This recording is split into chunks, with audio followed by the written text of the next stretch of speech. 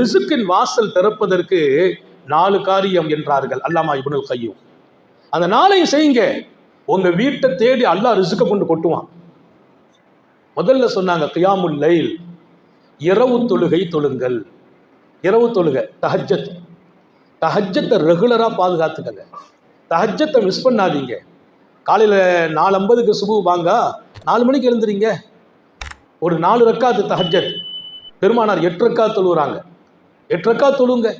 முடியல 4 தொழுங்க. தஹஜ்ஜத்தை தொழுதுட்டு அல்லாஹ்ட்ட கையேந்துங்க.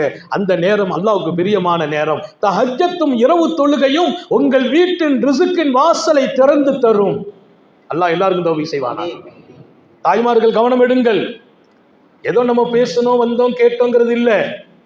நாளைய வாழ்க்கை அழகாக வேண்டும். நபிமார்களும் சரி, இறைநேசர்களும் சரி, இந்த தொழுகையை கொண்டுதான் அல்லாஹ்வை அடைகிறாங்க. இந்த தொழுகை தஹஜ்ஜத். பெருமானார் ஒரு அழகான வார்த்தை சொல்லுவாங்க, இரவு தொழுகையை கடைபிடியுங்கள். குர்பத்துன் லக்கும் இந்த ரப்பிக்கும், உங்களுக்கும் உங்கள் ரப்புக்கும் நெருக்கம் ஏற்படுனாங்க. எனக்கு அல்லாஹ்வோட நெருக்கம் வந்துட்டுனா நிலை என்ன சொல்லுங்க? என் மேலே நீங்கள் நெருக்கம் ஆகிட்டீங்கன்னா என்ன நினைப்பீங்க? ஹஸரத் நல்லா இருக்கணும், என்னுடைய சின்ன கஷ்டமும் உங்களால் தாங்க முடியாது. ஏன்? நெருக்கம் கூடும்போது அல்லாஹ்வுக்கும் உங்களுக்கும் நெருக்கம் வரும் தொழுகை தஹஜ்ஜத். அல்லாஹ்வே நம்ம கூட நெருக்கம் ஆயிட்டான்னா என் கஷ்டம் இருக்குமா, வறுமை இருக்குமா, தரித்திரம் இருக்குமா? அல்லாஹ்வே என் வாசலை திறந்து ரிஸ்கை கொடுத்து விடுவானா இல்லையா? முயற்சி நம்முடைய வேலை. நான் தஹஜ்ஜத்தை தொழுதுட்டு வியாபாரத்துக்கு போகாமல், கடைக்கு போகாமல், வீட்டில் உட்காந்துக்கிட்டு கதவு திறக்குதான்னு பார்க்கணும்லாம் உட்காந்துருக்க கூடாது. முயற்சி செய்யணும். அல்லாஹ் ரிஸ்கை விசாலமாக்கி